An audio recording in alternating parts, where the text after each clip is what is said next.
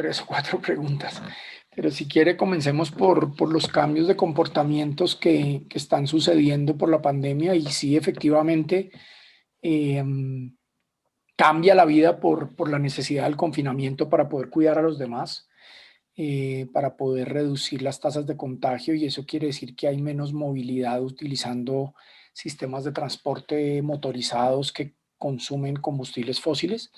En mi caso, curiosamente, pero eso es un caso muy particular, yo me muevo con mucha frecuencia en bicicleta y mi uso de la bicicleta se redujo sustancialmente por el confinamiento, pero también se redujo el uso del carro particular en la casa. Eh, Nos metimos a hacer compostaje aquí en la casa con la familia, cocinamos más, tratamos de cocinar más con productos frescos, tratamos de comprar productos frescos a proveedores que vienen de pequeños productores campesinos que tratan de hacer producción orgánica y eso está pasando con mucha frecuencia en muchos mercados en que la gente está creando una mayor conciencia sobre esto. Yo acabo de publicar un estudio que hicimos para Naciones Unidas sobre estos cambios de lecciones de sostenibilidad en la pandemia y ahí hay varios ejemplos de ese estilo. Obviamente hay menos movilidad y más encierro y eso ha implicado también una mayor conciencia no solo de qué comemos, sino cómo nos cuidamos físicamente. Entonces hay que hacer trabajos de ejercicio diario para no quedar muy sedentario uno. Y todos esos tienen que ver con la sostenibilidad en últimas en términos de costumbres de consumo, costumbres de cuidado, costumbres de transporte y obviamente el teletrabajo. Afortunadamente yo hago parte de una actividad económica que es la educación en la que tuvimos que recurrir muchísimo a las herramientas virtuales y eso ha permitido el teletrabajo en el caso de nosotros los académicos.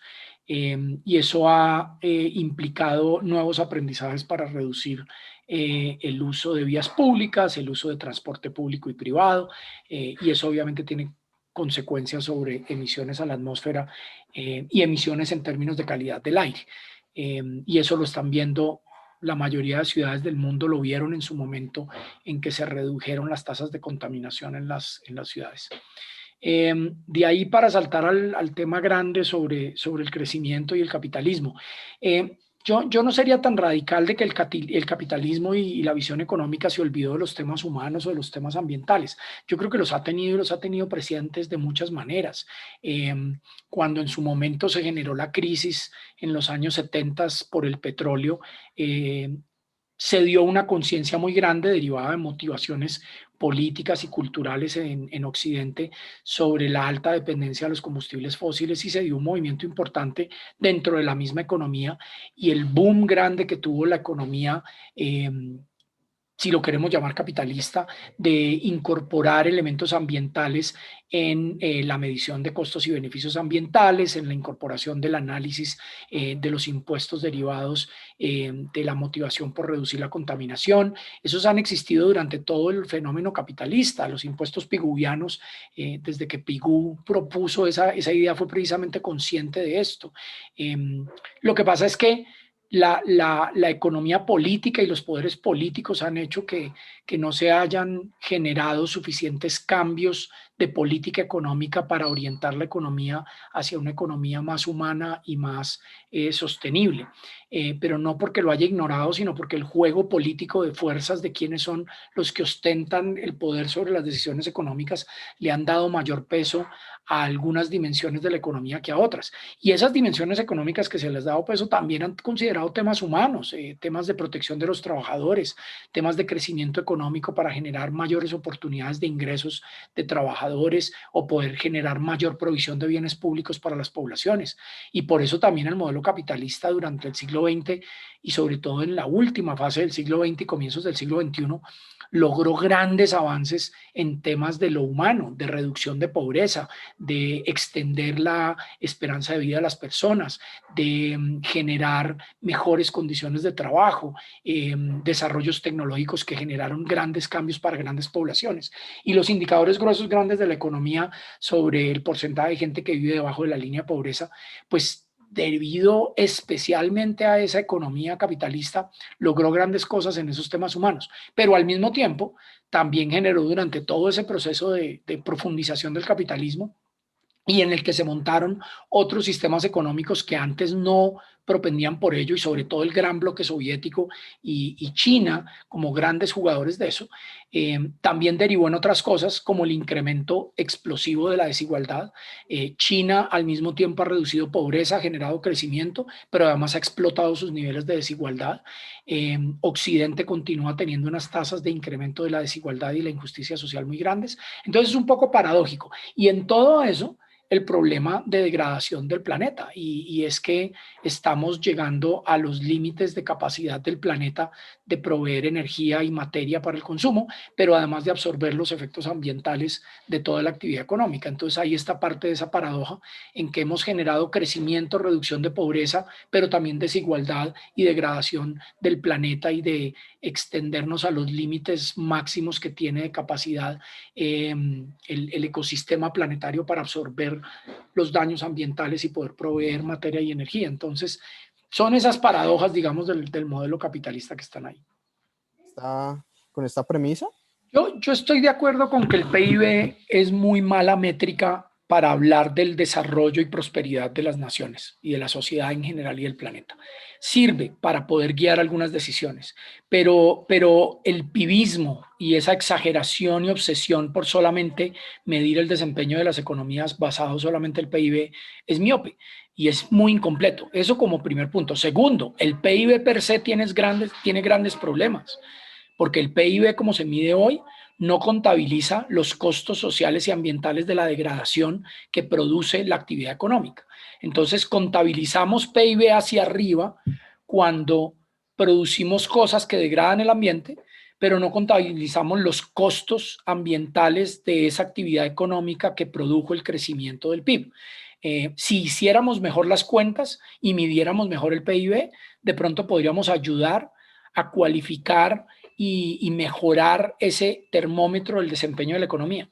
Pero incluso si contabilizáramos bien los costos ambientales dentro de la contabilidad del PIB, aún así seguiría siendo incompleto. Y por eso es que desde la economía se han dado grandes avances y otras ciencias sociales para incorporar otros termómetros y otros instrumentos de medición de progreso.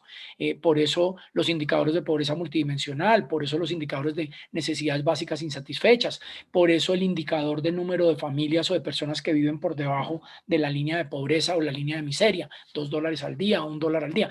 Esas son otras medidas que hay que agregarle a la medición del PIB.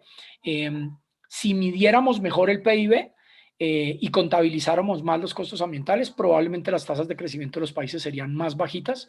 Y ahí es donde el tema de la propuesta de decrecimiento o degrowth podría tener sentido en la medida en que si contabilizáramos bien y estuviéramos en una tasa de estado estacionario de crecimiento cero, pero proveyendo los bienes y servicios que necesita la sociedad de manera más justa, más igualitaria y además más eficiente, no solo desde el punto de vista financiero, sino desde el punto de vista ambiental, estaríamos haciendo una mejor medición del progreso de las sociedades.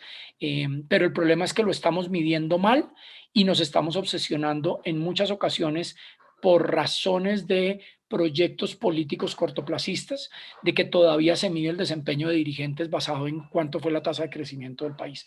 Y la obsesión por esas tasas de crecimiento como indicadores de medición creo que le hace daño a las discusiones sobre el tema ambiental y el tema social. La academia tiene una misión fundamental y es formar gente y producir conocimiento.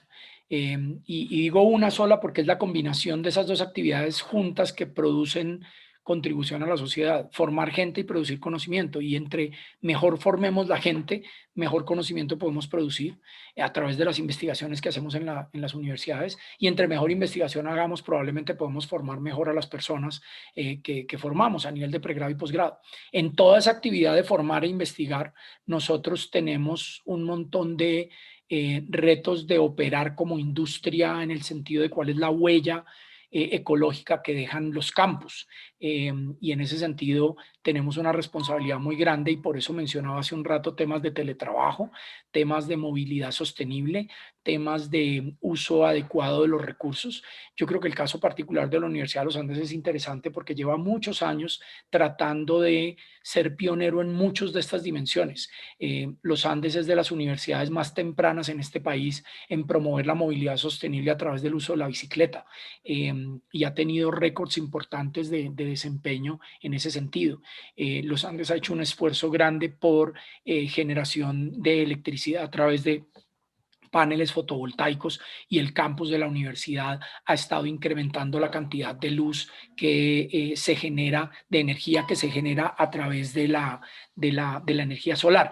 Pero esos son ejemplos de algunas cosas más que han venido sucediendo. El uso de botellas reutilizables como estas se volvió común en la Universidad de los Andes y simplemente lo que se hizo fue poner fuentes de agua en todo el campus para reducir el uso de botellas plásticas. Esos pequeños detalles pueden hacer mucho en la universidad, pero yo le veo sobre todo el impacto de eso en la dimensión pedagógica, en formar gente y en que todos estos experimentos sirvan para mejorar el desempeño que tiene la universidad en educar y concientizar a los miembros de su comunidad.